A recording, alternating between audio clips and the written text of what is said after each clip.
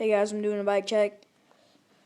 So yeah, this is Verde on frame, ODI long neck grips, ODI bar ends, fit FAF white wall tires, stolen revolver rim, laced to the whatever stolen up, I don't know what it's called, and we got the stock bar, stock stem, stock forks.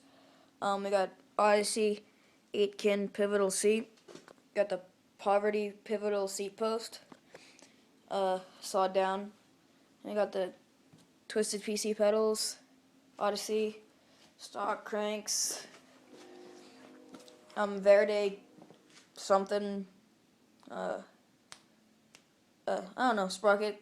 Verde sprocket. I don't know what it's called. I forgot. Same with the back for the front. Stolen revolver, laced to whatever it is. And yeah, I got the KMC chain, half link, and yeah, that's about it.